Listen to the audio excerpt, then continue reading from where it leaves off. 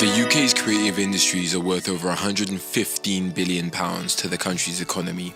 That's bigger than the life sciences, aerospace and automotive sectors combined.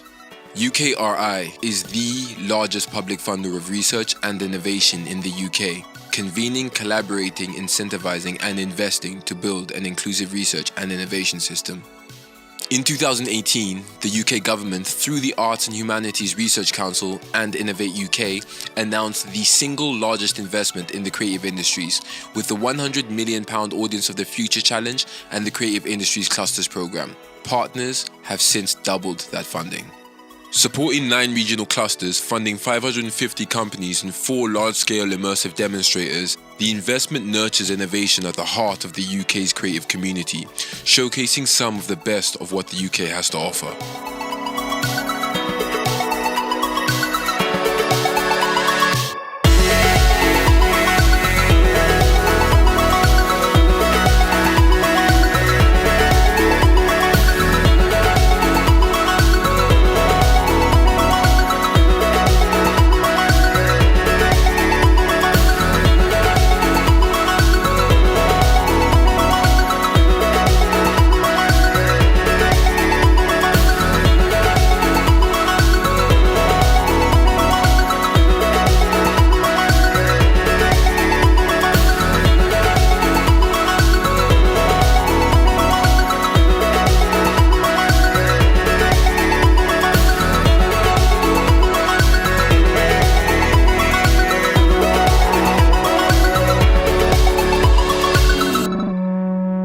Follow me.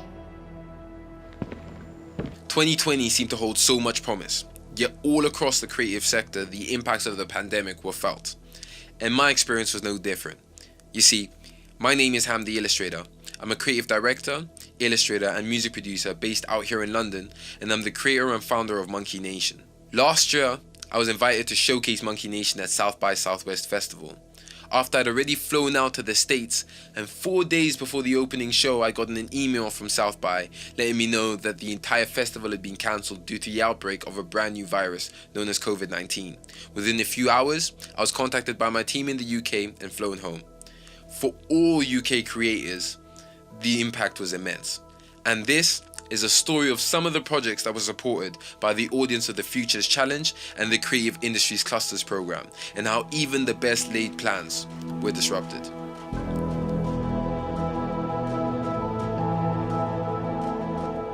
So the original Audience of the Future performance demonstrator was due to be a fully immersive exploration of A Midsummer Night's Dream set in a disused H&M store in the middle of Stratford-upon-Avon. Our audience was ultimately a Stratford-upon-Avon and beyond audience who we were bringing to a physical space to explore a new setting of A Midsummer Night's Dream. But we were also going to reach an audience at distance via live streaming certain elements of the event in-game. So by around mid-March 2020, we had moved into full production and were very much on target to have our kind of large-scale, several thousand square metre space converted and ready for a performance in June 2020.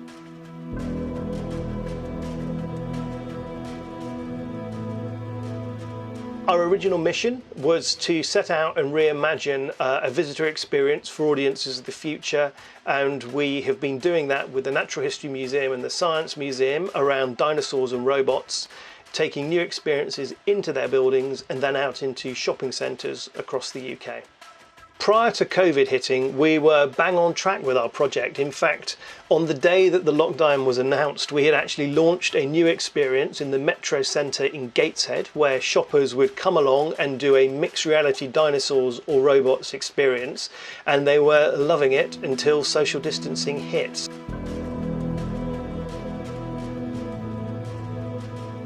Our main challenge is to launch a successful entertainment adventure story with Wallace and Gromit. We think, and we've thought for many years now, that we could take transmedia and use that as a fundamentally valid and new way of telling a story, and that we could bring that together in a mobile app, it's a mobile experience, and we could tell story that would be threaded through a variety of different media types, including augmented reality and mixed reality, and to use those things, those ways of bringing characters into our world as a way of creating agency in a user, in a viewer. So before the COVID lockdown, we had created and established an amazing story with Ardman. All our technology was in place and we were talking to our audience, showing the product and actually learning from them. We were developing technology that was working outside with large-scale interactions using augmented reality, and we were also developing interactions that sat on the phone that you could have in your hand and work at home. But we were at the early stage of our development where the parts were coming together.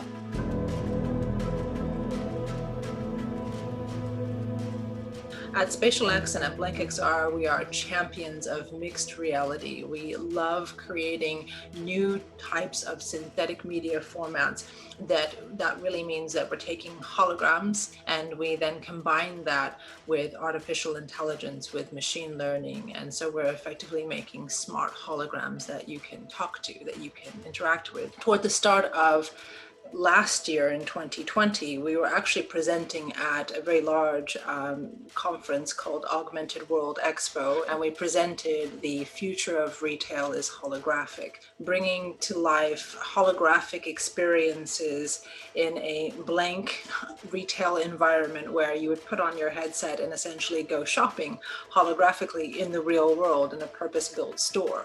So as you can imagine, when the pandemic hit, at first we thought, okay, well, maybe we can just kind of push through this. But the reality was then we started to see lockdowns taking place here in the UK and then indeed all around the world.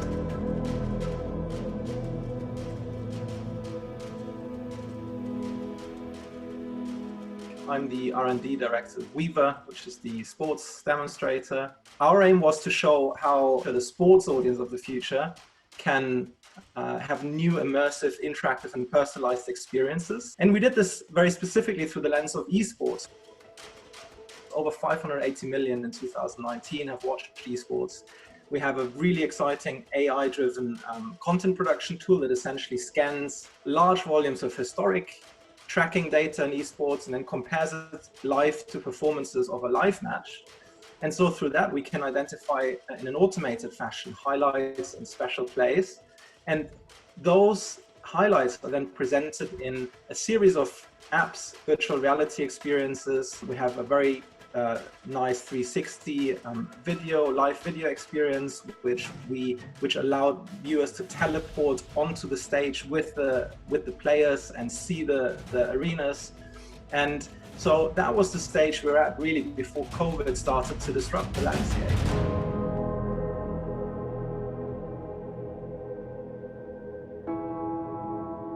As lockdown took hold, many of our projects came to a halt. Personally, I felt like a crab in the bucket.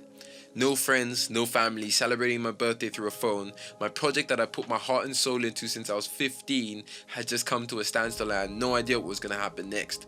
But like many others, this presented new challenges and obstacles, and we had to find ways of overcoming these and moving forward.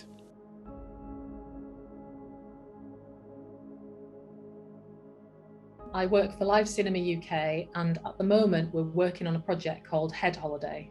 The immediate effects of the pandemic on us was quite profound because our whole jam is doing events. You know, it's getting people out of the house to experience something they couldn't experience at home. So going from a remit of trying to get everybody out of the house to a situation where everybody's in the house for we don't know how long hit us really hard in terms of what we were able to do.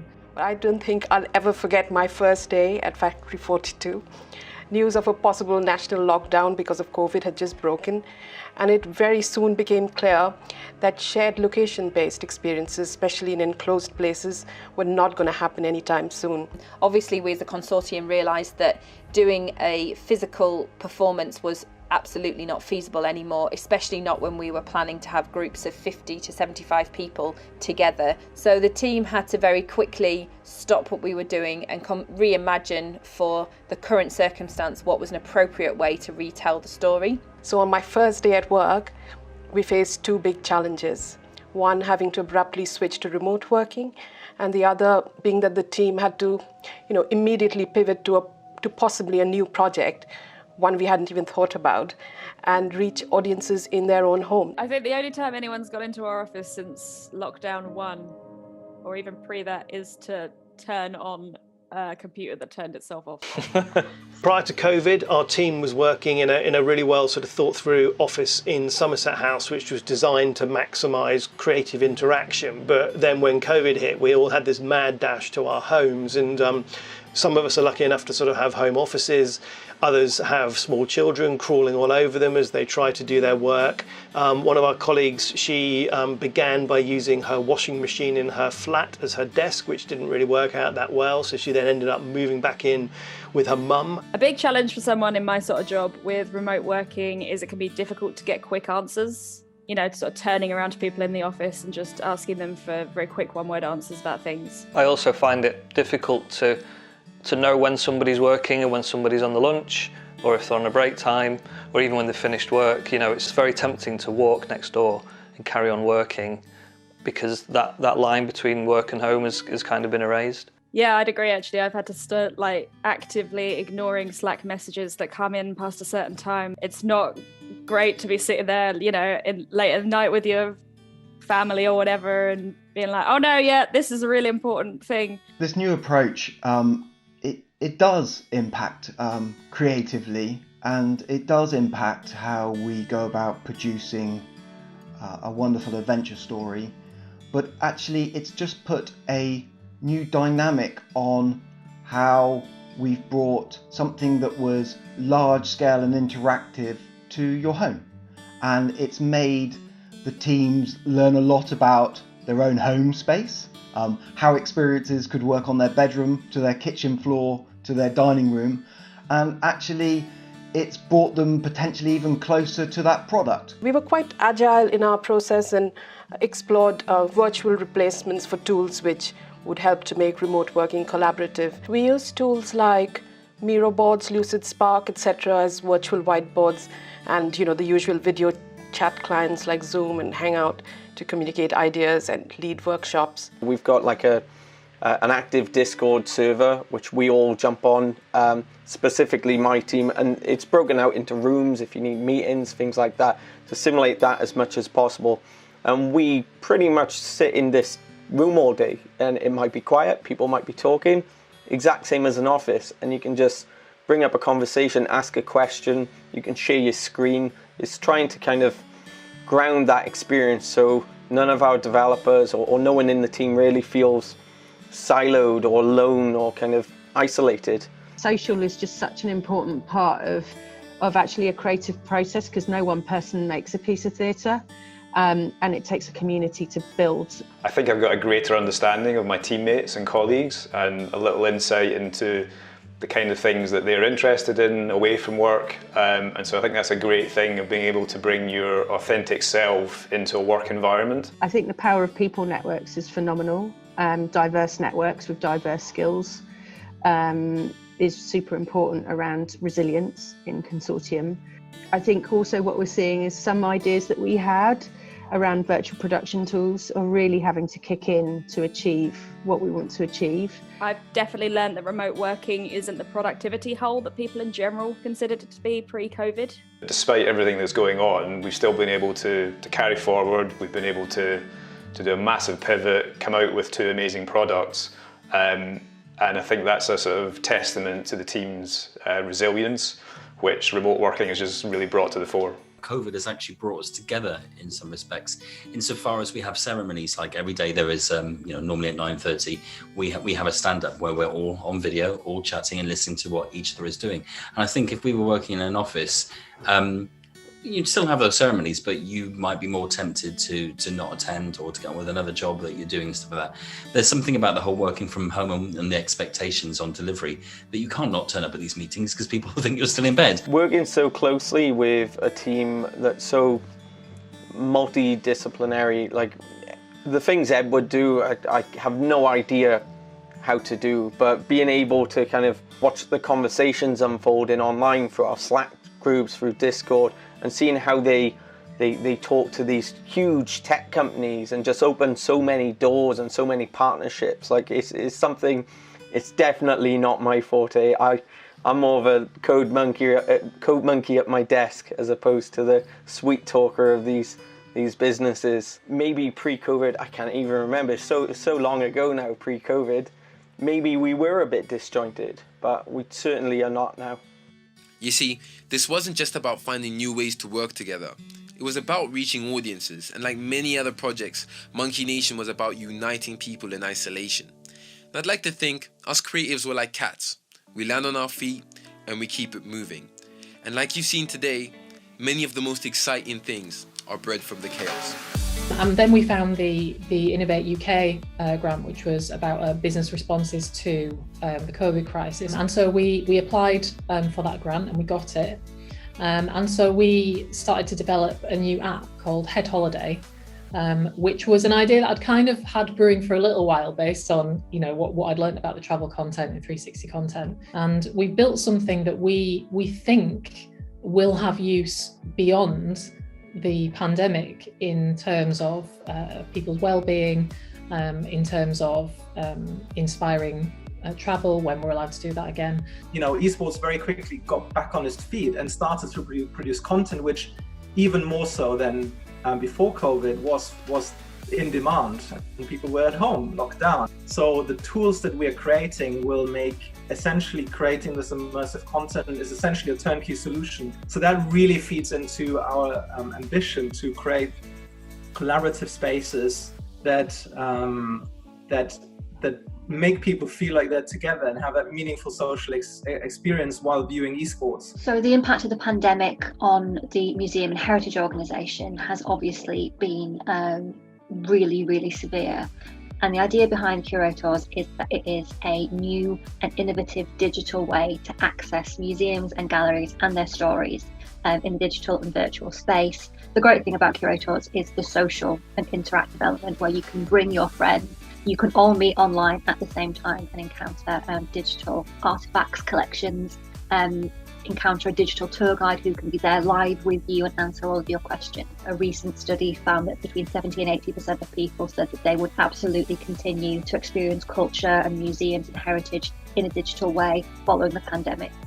To put a piece out to audiences in a new way is an achievement in itself, but to find the story that people will wrap themselves around is really urgent and really important as the technology. We can't deny that a complete shift to digital only distribution is going to have a huge impact on both how we create new production processes in order to achieve that, new technology pipelines, but also support and enable a new creative vision that is connecting with an audience at home, an audience that we will have to find meaningful ways to create togetherness and liveness. The opportunity to do mobile AR apps was something that we had on our roadmap, we were hoping to do, and this has enabled us to get there a lot quicker.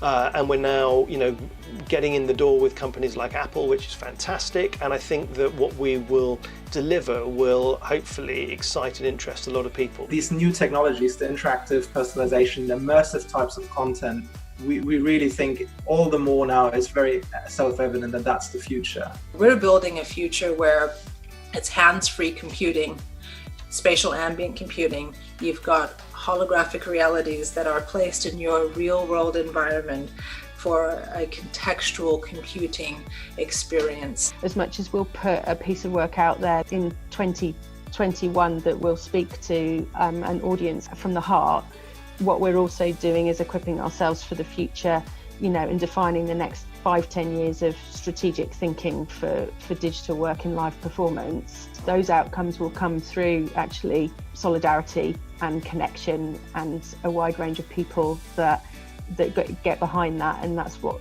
one of the successes of this consortium will be, and social as part of that, and looking after each other as part of that too.